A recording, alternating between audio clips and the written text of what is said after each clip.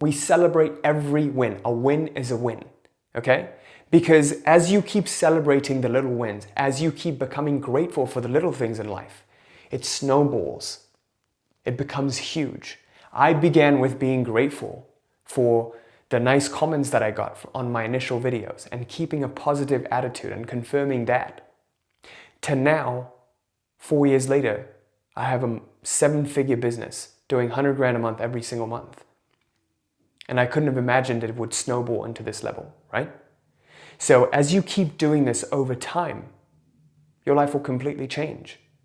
Those initial little thoughts that you had, they become such a huge conviction. You don't even question it anymore. Making videos is second nature to me now. I can just get on a camera and do it like that. It's not a problem. But before, there was so much preparation, so much hesitation, so much doubt. None of those exist anymore because I've been doing it so much and I've been looking for confirmation of where I'm good, and I've done it in the past before. I have the repetition, right?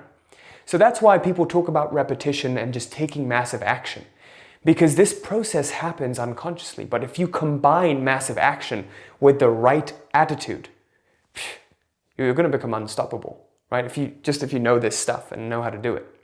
So that's how you use the self-reprogramming cycle to completely reprogram your subconscious mind.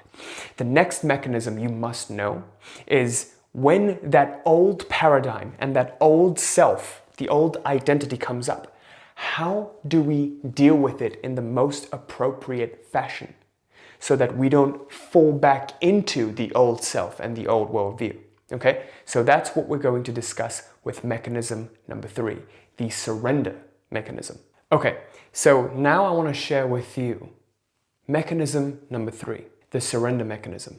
I honestly believe this is the most important mechanism of them all, because this is where most of our clients that I've experienced, that's where everyone fails. This is the reason why you see consistent results happening in your life, but you can't maintain it.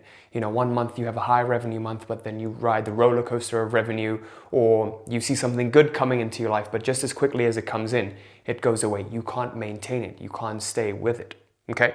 We're going to discuss exactly why this happens and what you can do about it. But before I get started with that, I know I've shared a lot throughout this whole video. So what I want you to do is pause this right now, go to the comment section and write down 3 takeaways that you've had. I'll be reading them personally and I'll be acknowledging them. So just pause the video, write down 3 main takeaways that you've had, and I'm looking forward to them. Let's get started with the surrender mechanism. So please remember what I said in mechanism number 2, which is that our old paradigms and our old identities, we can never fully get rid of them. You know, like I used to mistakenly think that I'm going to kill my old self. You don't. It's always alive within you. Because when you really perform an identity shift and you become a different person, that old self, you have to use those experiences to mold you into the new self. So it's like those concentric circles. The smaller self gets swallowed whole by the larger self as we keep growing and growing and growing. It doesn't mean you're the same person, because you're never the same person. You're changing every single day. So what we need to learn to do is integrate our old identity and paradigm into this new identity and new paradigm, okay? And this really boils down to learning how to process our feelings. Because when that old self comes up, what most people do is they give it so much energy and so much resistance. And especially when people study a lot of reality creation manifestation work, they start to freak out and panic. They're like, oh no, why is this happening? This wasn't supposed to happen. And we become very controlling, right? And there's something really, really powerful that I heard from my personal trainer. Because we were talking about how, oh yeah, I can't sleep at night because of all this noise. And he was telling me how, you know, like he has a TV in the bedroom, and to me that's insane, right? And he's like, oh yeah, like when I fall asleep, my wife has the TV turned on in the background and I just fall asleep. I'm like, how do you do that? I can't sleep if there's a pin drop like right next to me. And then he looks at me, he's like 65 years old and he's this like real wise guy, and he's been training with like Arnold Schwarzenegger. And he's like, Quasi, I'm not like you modern day kids, I'm not sensitive. Buddy, if you just accept every single day that 90% of things will just never go your way. 90% of things will just never go your way. But if you accept that right off the bat, you will live the most peaceful life. That's when things actually do go your way.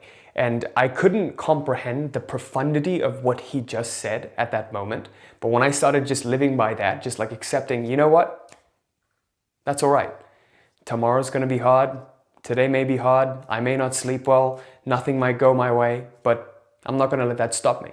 I'm going to do the best that I can do, right? Because at the end of the day, what's the one thing you have complete control over?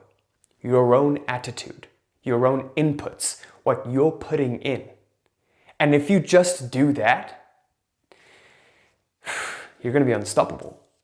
Because most people are reactive, right? They're reacting to, oh, I don't feel good today, so I'm not going to do this. I don't feel good, so I'm not going to do that. So this surrender mechanism will show you how to deal with those feelings, how to get to a place where you become the master of your internal state.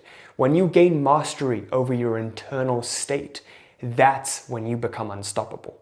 That's when there is no competition at that point. You're just living your best life. You're not looking at others. You're just becoming the best you that you can be. Okay? So the goal of this mechanism is to teach you how to process your feelings correctly. And for those of you who want to go deeper on this, I recommend reading this book, Letting Go by David R. Hawkins. I pretty much revisit this once every year, and I've probably read it 5 times already, and this has been the most read book that I've used in my whole life. The problem with this book, though, is that it doesn't really summarize the surrender mechanism properly. And after working with clients for over 4 years, I've really boiled this down to a simple, easy to use process that I'm going to share with you right now. It's a simple 3-step process that if you learn to do, your life will begin to change right before your very eyes. Right? So before we understand how this 3-step process works, let's talk about how the different ways in which we process our feelings. Okay? At the lowest level, level 1, there is repression. What does this mean? This is a completely unconscious, subconscious process. When something is too strong to be handled right now, we repress it, and it shows up in different ways in our lives. Different ailments, illnesses, cancers. They all show up because of our karma. Okay? And that's stored in our unconscious mind, which is 90% of our whole being. So repression, it's when you all of a sudden are stuck in traffic and you just get really angry. Please understand this. Traffic can't make you angry. It's because you have pent-up anger within you in the first place. It finds release when there's an event, when there's a triggering event, right? Something triggers the anger within you, the pent-up, the repressed feelings within you. When we don't learn how to properly deal with our feelings and we deal with them unconsciously and we push them down, over time they start to get repressed, okay? So there's a conscious process that leads to this unconscious repression. There's nothing you can do about repressed feelings. This whole journey of life is undoing our karma, all of the repressed feelings that we've had, not just in this lifetime, but in previous lifetimes too, if you believe in that. So it's futile to worry about this. For the purposes of this video, I just want you to know how this happens so you can understand it. But what really causes repression is suppression, which is a conscious way in which we deal with our feelings, right? So whenever you feel something, you don't know how to deal with it, you just suppress it. You haven't been taught how to unpack it, confront it. Like in the modern day and age, a lot of men believe that they've got to be strong. You can't cry. Men don't cry. And all of these BS beliefs make men deal with their feelings and not confront them and not, afraid to be vulnerable around others because they've been taught that it's the wrong thing to do. Again, a false idea. But if you can just walk through life and feel whatever it is you're feeling, allow yourself to feel it fully. If you can just learn to do that, you'll be the most at ease, peaceful person in the world. If you just take some time every single day to hang out with yourself, right? So that's another way in which we deal with our feelings, suppression. But suppression inevitably leads to repression. A level above that is expression. Expression is when you actually do let out the energy of the feeling, but A majority of it gets suppressed. So for example, you're stuck in traffic and you feel angry. Instead of suppressing that anger, you start screaming and you start cursing. You're expressing it. You're reacting. You're letting out that energy into the world. Over 80% of it will still get suppressed under the surface.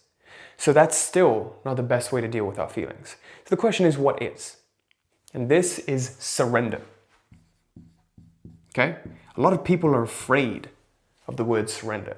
A lot of people are afraid of being vulnerable. But if you want to live the best life, you must learn to surrender and let your guard down. We believe if we keep our guard up, we're going to be protecting ourselves from something. Right? Like even when I talked about mechanism number 2, you were probably thinking, I'm going to guard myself against those incoming thoughts so they never affect me. No. When you guard yourself against something, you've already lost. When you're guarding yourself against thoughts and feelings, you've already lost the battle. The key is to accept them fully. Whatever comes, whatever life throws at you, you have to become flexible. Think flexible like water. You're molding to whatever life throws at you in this moment. If life gives you a conflict, great. There's some growth to be had from it. There's something I've got to learn.